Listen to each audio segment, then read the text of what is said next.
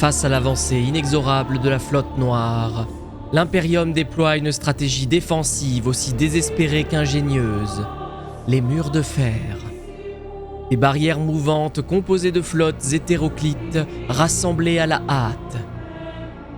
Tels des remparts stellaires, ces coalitions improbables réunissent des vaisseaux de la marine impériale aux flancs cicatrisés par d'anciennes batailles, des navires de libre marchands transformés en plateformes de combat et des engins expérimentaux de l'Adeptus Mechanicus aux formes inquiétantes.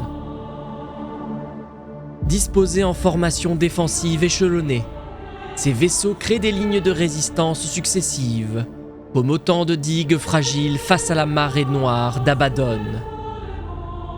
Face à la pénurie de vaisseaux pour assurer la défense de l'ensemble du secteur cadien, les commandeurs impériaux doivent redoubler d'inventivité pour tirer la substantifique moelle de la moindre composante de leur armada à bout de souffle. Cette période sombre va donner lieu à des stratégies inventives, sinon désespérées, dont le succès inattendu de certaines va faire rentrer les héros qui les ont mises en œuvre dans la légende de l'Imperium.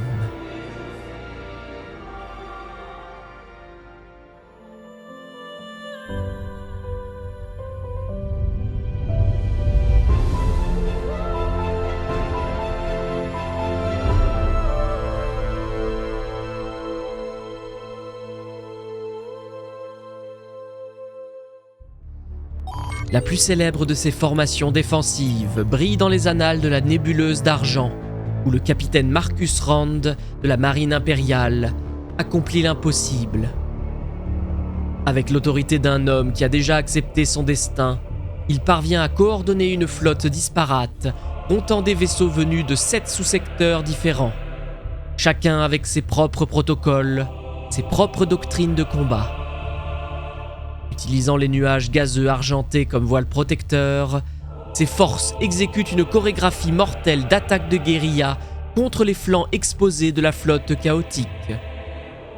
Le capitaine Rand et ses hommes sont déterminés à faire payer cher chaque kilomètre parcouru dans l'espace de l'Empereur, même s'ils savent qu'ils ne peuvent arrêter définitivement l'ennemi. L'engagement dure 7 jours complets. Une éternité dans le vide spatial où les batailles se décident habituellement en heures. Pendant cette semaine sanglante, les forces impériales, largement surpassées en nombre et en puissance, parviennent néanmoins à déchirer la chair métallique de 23 vaisseaux du chaos. Le prix de cette victoire éphémère est terrible. Sur les 72 navires impériaux engagés initialement, seuls 11 parviennent à s'échapper, leurs coques fumantes témoignant de la férocité des combats.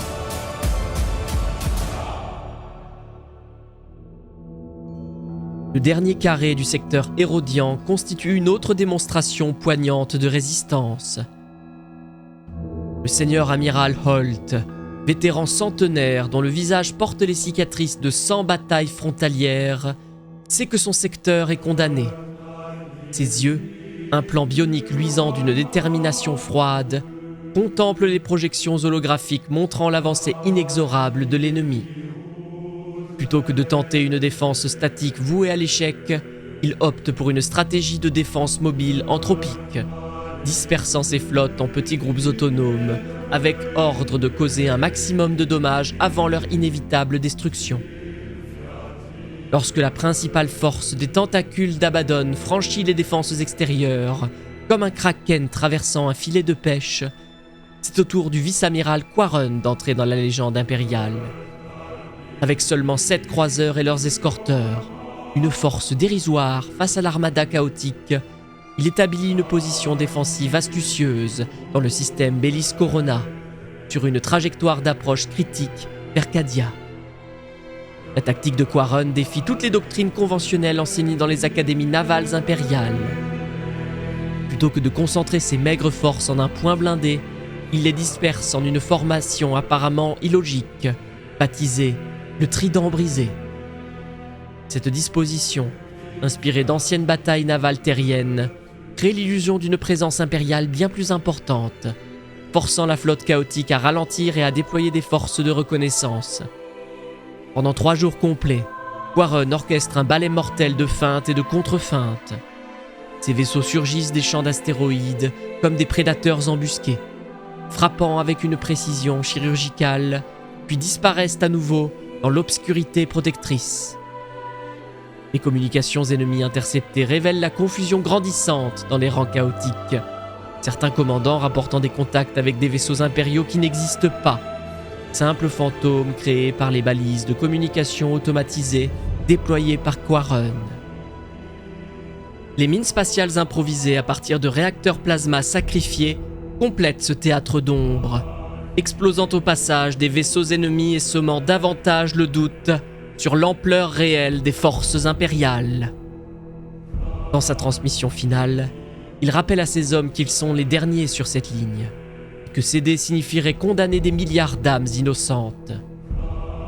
Lorsque le dernier vaisseau de Quarren, le croiseur Imperial Dawn, est finalement encerclé par 3 croiseurs lourds du chaos, le vice-amiral ordonne une manœuvre qui entre dans les annales de la marine impériale. Simulant une tentative désespérée de fuite dans le warp, il attire les vaisseaux ennemis dans une configuration précise, puis déclenche une réaction en chaîne dans les moteurs warp de son navire. L'explosion qui s'ensuit n'est pas simplement celle d'un vaisseau, c'est une déchirure temporaire dans le tissu même de la réalité, qui engloutit non seulement l'Imperial Dawn, mais aussi les 3 croiseurs chaotiques qui l'encerclaient, les condamnant à une éternité de tourments dans les courants tumultueux du warp. Plus important encore, ce sacrifice permet de gagner un temps précieux. Les estimations tactiques indiquent que les actions de Quarren retardent l'avancée du chaos de 72 heures standard, suffisamment pour permettre l'évacuation de 4 mondes et le redéploiement de plusieurs flottes de défense.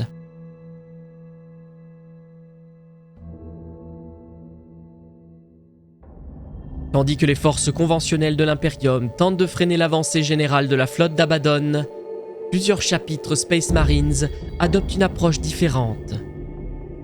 Reconnaissant l'impossibilité d'affronter directement une telle puissance, ils optent pour des frappes chirurgicales visant les points névralgiques de la flotte ennemie. Tels des chirurgiens ciblant les organes vitaux d'un monstre trop grand pour être abattu frontalement. Les Black Templars, fidèles à leur nature offensive et à leur héritage de croisés, déploient 3 croiseurs frappes dans une opération audacieuse baptisée Marteau de l'Empereur. Leur cible n'est pas les imposants vaisseaux de guerre qui attirent l'attention, et les navires de soutien logistique et les transporteurs de troupes, la colonne vertébrale invisible de toute force d'invasion. Lors d'une incursion particulièrement victorieuse, le Sword of Judgment, commandé par le champion Corel, parvient à déchirer les flancs d'un convoi entier de barges de débarquement qui transportent les légendaires Terminators de la Black Legion, privant ainsi Abaddon de ses troupes d'élite les plus redoutables. Les Space Wolves, avec leur férocité caractéristique et leur mépris des tactiques conventionnelles, emploient leur flotte dans des embuscades impossibles qui semblent défier toute logique militaire. Le Wolf Lord Sen Bloodhole, ses tresses de bataille flottant dans l'apesanteur de son point de commandement, mène personnellement l'assaut contre le Temple of Ecstasy, un vaisseau monde de Slaanesh dont la simple silhouette suffit à rendre fous ceux qui le contemplent trop longtemps.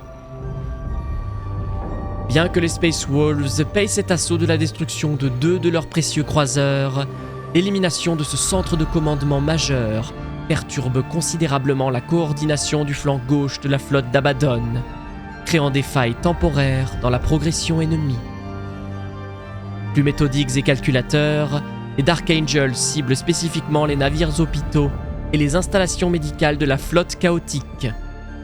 Cette stratégie, considérée comme hérétique par certains traditionalistes impériaux qui y voient une violation des anciens codes de guerre, s'avère redoutablement efficace. Sans capacité de récupération pour leurs blessés, plusieurs contingents de la flotte du chaos sont contraints de ralentir leur progression pour établir des installations temporaires sur les mondes conquis, fragmentant davantage leur avance.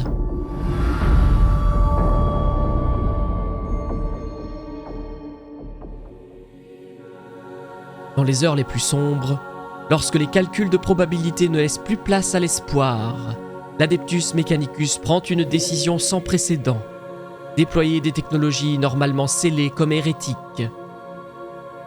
3 arches-mondes expérimentales, vaisseaux si massifs qu'ils constituent des écosystèmes autonomes, sont activés sous le commandement direct de l'archimagos Belisarius Cawl, dont le génie n'a d'égal que sa volonté de repousser les limites de la doctrine technologique impériale. Ces vaisseaux titanesques, dont l'existence même est considérée comme classifiée au plus haut niveau, incorporent des technologies qui n'ont pas été utilisées depuis l'âge sombre de la technologie, une époque où l'humanité maîtrisait des forces qu'elle ne comprenait pas pleinement. L'Omniscience Logic, le plus grand d'entre eux, est équipé d'un moteur à compression dimensionnelle capable de plier temporairement l'espace-temps autour de lui, créant des distorsions gravitationnelles qui défient les lois fondamentales de la physique. Lors de la confrontation connue désormais sous le nom de Forge Crusher Interface, l'Omniscience Logic affronte directement l'un des vaisseaux forges du chaos, le Daemon's Anvil, une abomination mi-machine, mi-organique, où des démons sont fusionnés avec des composants technologiques. Le combat qui s'ensuit défie toute description conventionnelle, transcendant les concepts traditionnels de bataille spatiale. Les témoins rapportent que l'espace lui-même semble se tordre et gémir autour des deux mastodontes, tandis que des armes libérant des énergies inconnues dessinent des arabesques mortelles dans le vide, comme si leur dieu technologique se livrait un duel primordial. Ce n'est pas un combat naval au sens traditionnel, mais plutôt un duel entre deux réalités alternatives, chacune tentant d'imposer sa logique à l'autre. L'engagement se solde par la destruction mutuelle des deux vaisseaux, leur structure colossale se désintégrant en fragments incandescents qui illuminent le vide spatial pendant des jours. Mais la technologie déployée par l'Omniscience Logic a un objectif secondaire plus subtil: contaminer les systèmes technologiques du chaos avec un algorithme virus auto-adaptatif. Dans les jours qui suivent, plusieurs vaisseaux de la flotte d'Abaddon connaissent des défaillances inexpliquées de leurs systèmes de navigation et d'armement, comme si une infection technologique se propageait silencieusement parmi eux. Le prix payé par l'Adeptus Mechanicus est terrible. Non seulement 3 de leurs précieuses arches-mondes sont perdues, mais avec elles disparaissent 7 Magos Dominus et 3 Archimagos, dont les connaissances irremplaçables sur les technologies anciennes ne survivent que dans leurs augmentations cybernétiques. Un trésor de savoir accumulé sur des siècles, désormais perdu à jamais.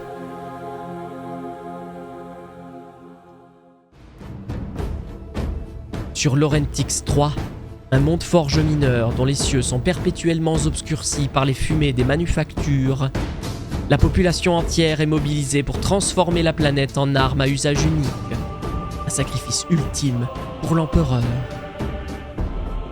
Sous la direction du fabricator Locum Exustal, dont le corps est plus machine qu'humain après 2 siècles de service, les forges planétaires travaillent jour et nuit pour convertir le noyau géothermique de la planète en une bombe planétaire improvisée.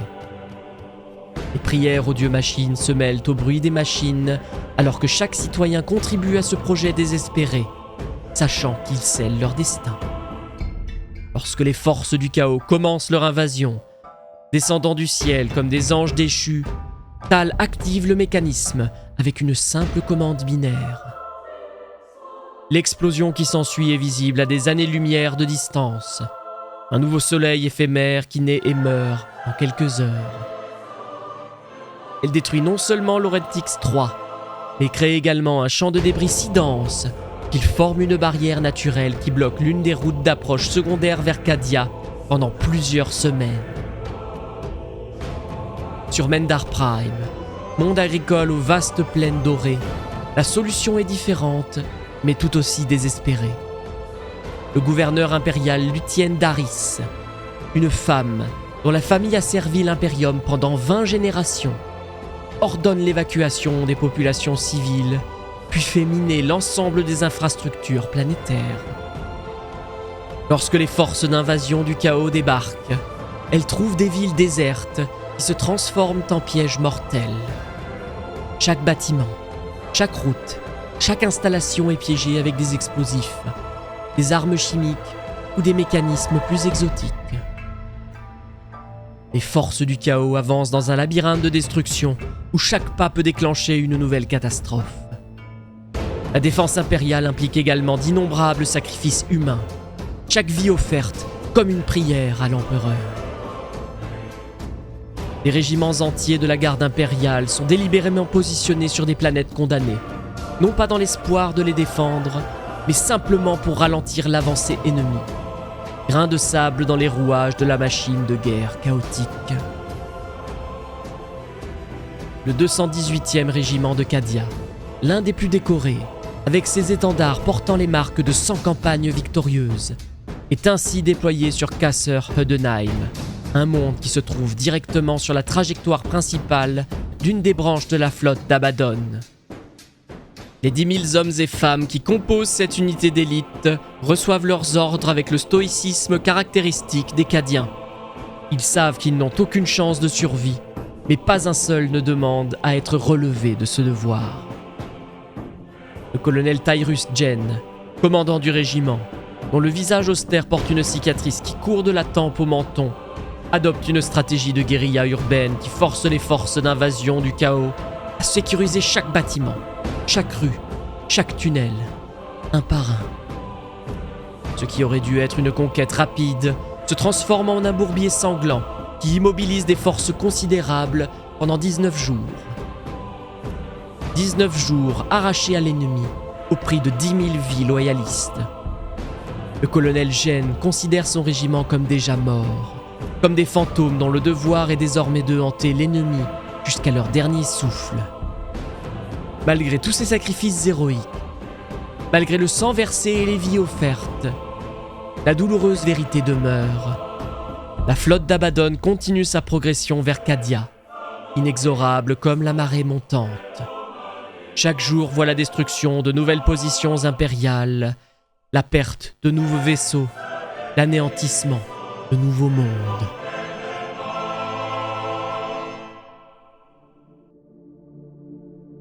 Pourtant, ces batailles apparemment perdues ne sont pas vaines. Chaque heure gagnée permet à Cadia de renforcer ses défenses, d'évacuer des civils, de positionner des troupes. Chaque vaisseau ennemi endommagé ou détruit affaiblit la force de frappe qui finira par atteindre la planète forteresse. Chaque ressource du chaos gaspillée contre ces sacrifices volontaires est une ressource qui ne sera pas disponible pour l'assaut final. Plus important encore, ces actes héroïques nourrissent quelque chose d'intangible mais d'essentiel, l'esprit de résistance.